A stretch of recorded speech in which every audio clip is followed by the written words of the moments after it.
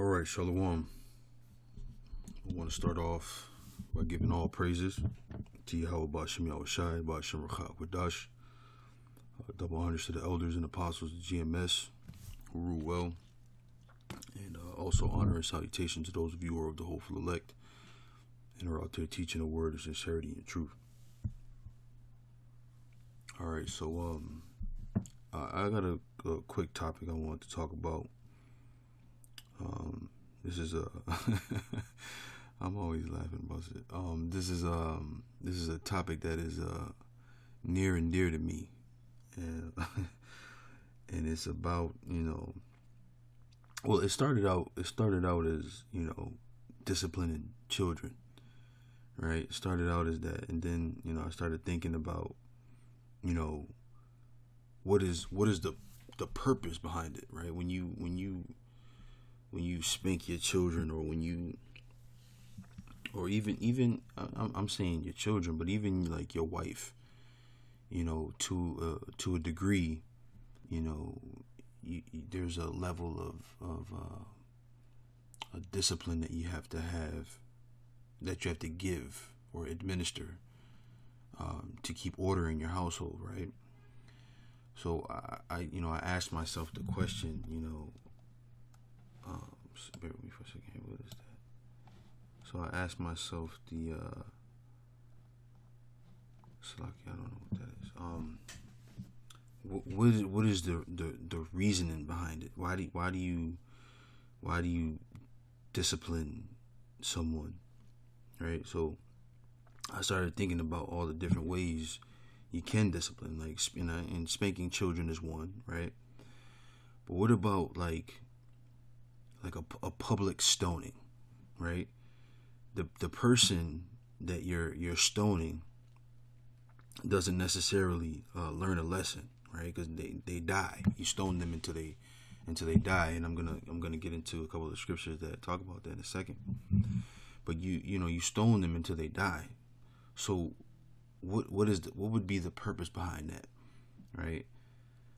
The purpose is so that the people that watch it, or the people that witness it, I should say, can then be like, oh shit, and and even if I don't know what he did, I'm gonna find out so that this doesn't happen to me.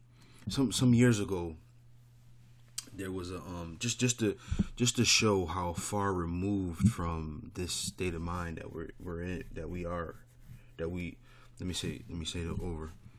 Just to show how far removed we are from thinking this way, from this type of thinking. A few years back, there was a video that had surfaced of some guy being, pretty much in so many ways stoned, right? They was throwing like tires at the dude. They was throwing rocks and sticks, and ultimately they lit the motherfucker on fire. And the video, I think it was, it had something to do with him being a homosexual, and they pretty much killed him out in public. I want to say it was in Haiti. It was in some third world country, so called. And I was like, God damn, man, I was shaken by it, even though I know it's righteous thing to do, right? And I understand why it was being done. I was shooken by it, And it goes to show that when you do things like that, it's a way of disciplining the people outside of it, of the event itself, right? So yeah, the person that you stone, and he doesn't learn the lesson because he dies, But excuse me. But the people that watch it, they can see it in fear, and this was a tool that the nation of Israel used, and let me tripping over my words here. This is a tool that the nation of Israel used to keep order among the nation, right? To purge out any kind of wickedness, to purge out any kind of stubbornness, or or anything that would make our nation look bad, or put a stain on our nation, or weaken the nation, right? Because as the old saying goes, you're only as strong as your weakest link, right? So these things were tools so that the nation can be strong and all the weakness of the nation can be rooted out. And again, we were removed from these things. We were removed from these types of tools. So now when it comes to even something as basic as, spanking your children, or even something as simple as telling them no, people are, oh, just let them have it, or let them have a little bit, or whatever it is, because we're so far removed from these tools and we don't remember the importance of these things. So like I said, this is a topic that's near and dear to me. I myself have children, and I try to to the best of my ability, raise them up the right way according to the scriptures, and making sure that they get spanked when they're doing something wrong, and when it's time to relax and rest, everybody shuts down and sits down, and TV goes off, and I try to implement these little things, routines. I try to implement routines in their lives and try to keep them disciplined, so that I don't want my children to be the stain on Israel. I don't want my family to be the blot of Israel. So I try to I do the best I can to keep everybody in working order. It's tough, especially when you're the only one in your house that is really the I don't know what word to use, but basically, all learning comes from you, and all instruction comes from you. So again, this is something I think about all the time, because I'm living it every day. But I wanted to show some scriptures to talk about it. So start here.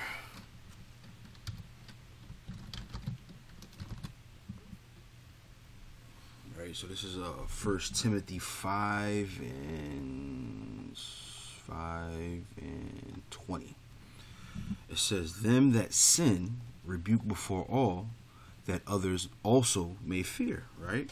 So that's the purpose of a public execution, or used to the comedians make jokes about how when you got spanked, the rest of the house got spanked, or you got spanked in front of your siblings or your cousins or what have you, so that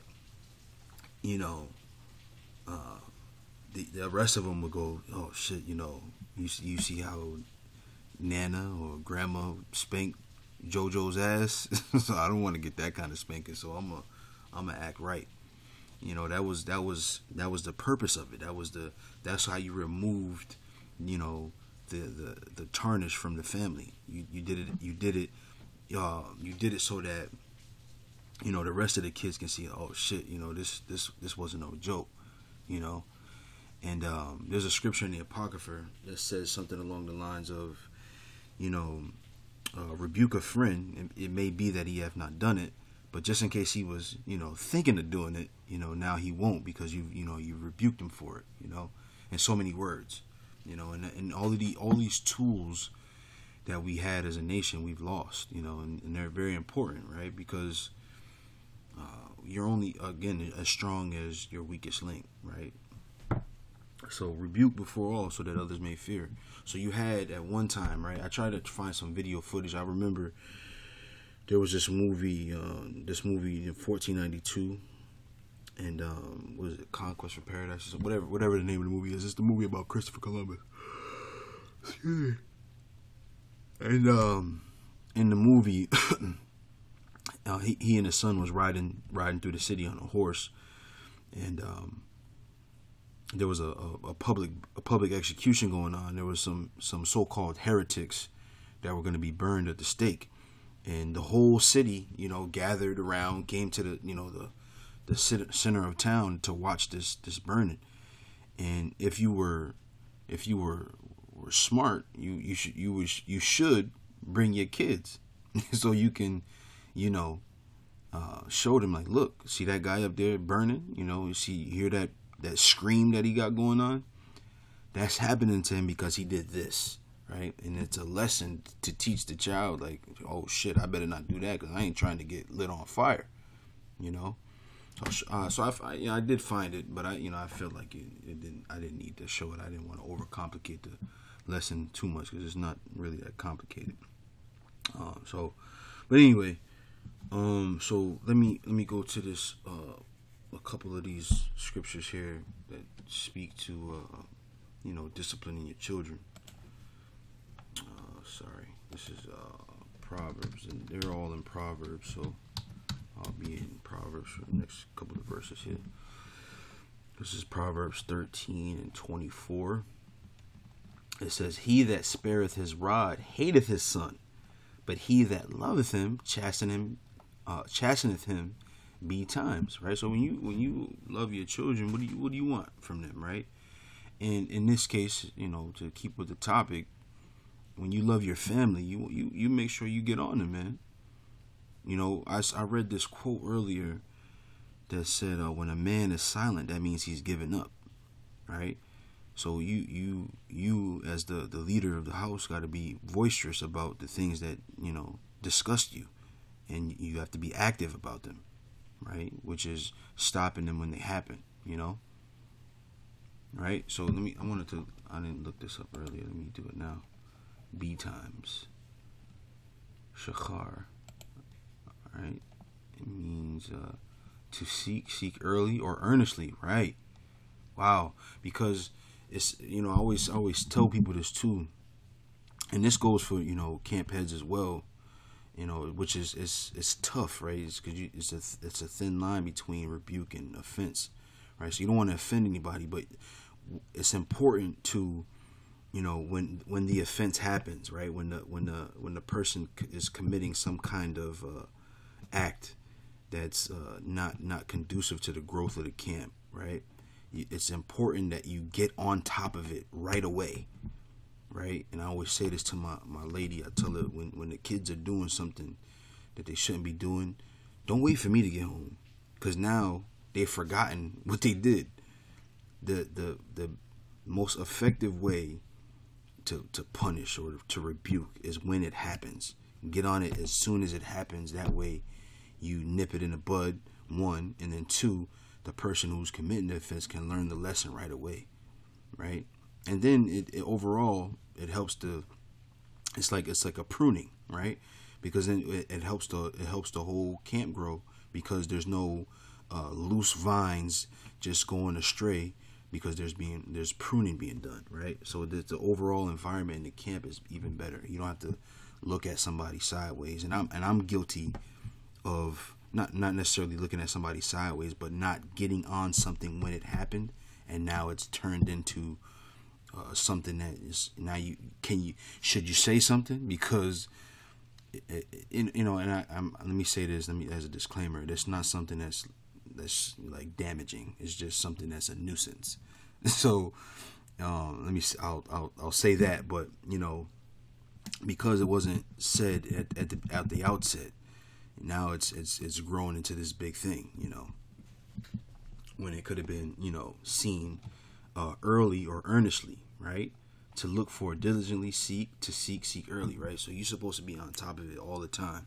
Your families should feel like you're overbearing, right? Like, damn, I can't get a break from this guy. He's always on top of everything, and that's how it should be, So that's a beautiful word. I didn't even know that's what that meant. I thought betimes meant like,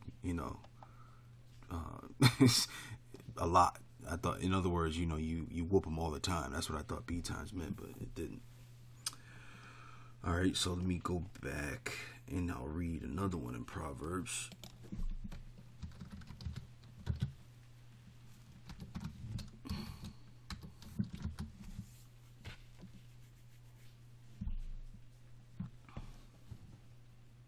This is Proverbs 19 and 18.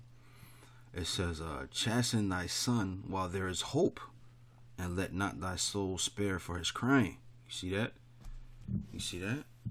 And you ain't supposed, kids get the crying because it's hurtful, You beat your kid and you look at them and they crying. It's funny too, and especially my youngest son. He when you spank him, he'll hug you after.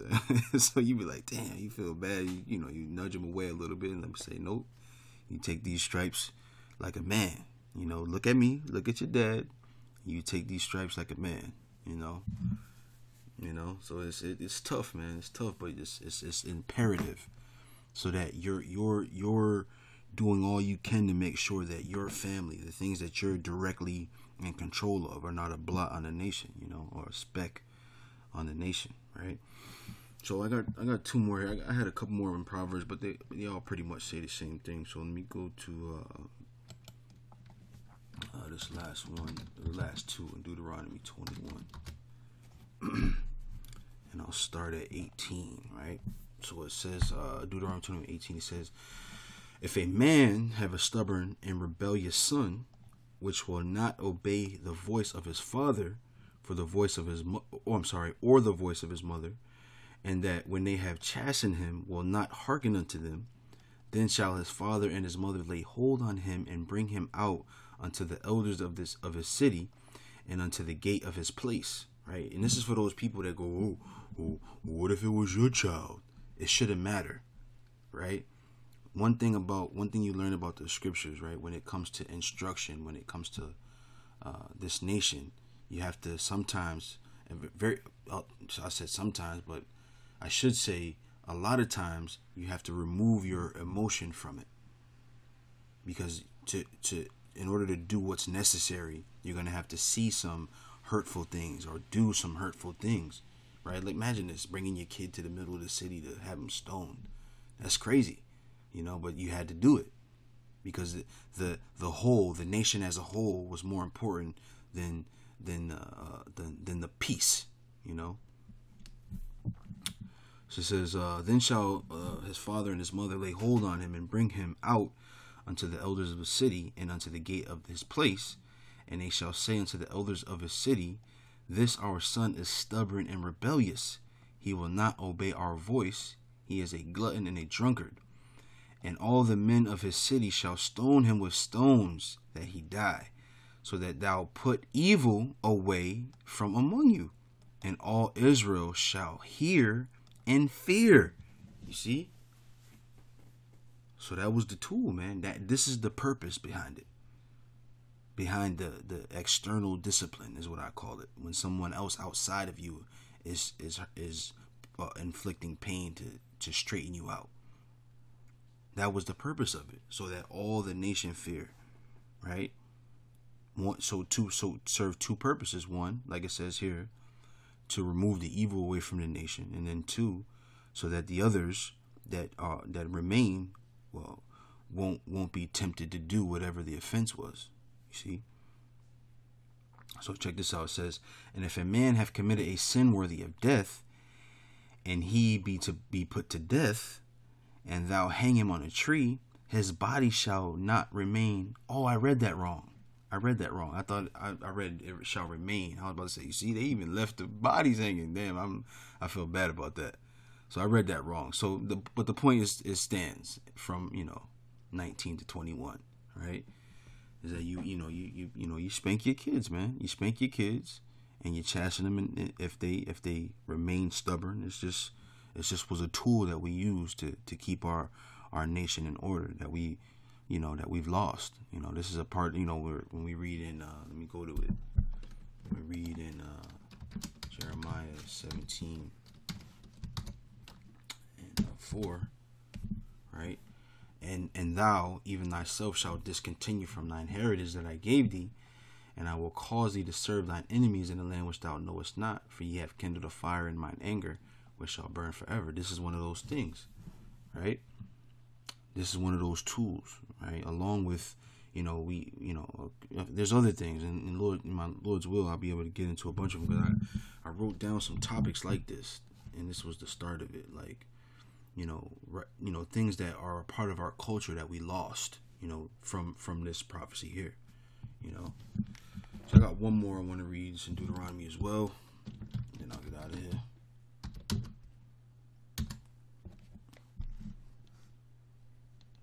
Bear with me for 1 second here.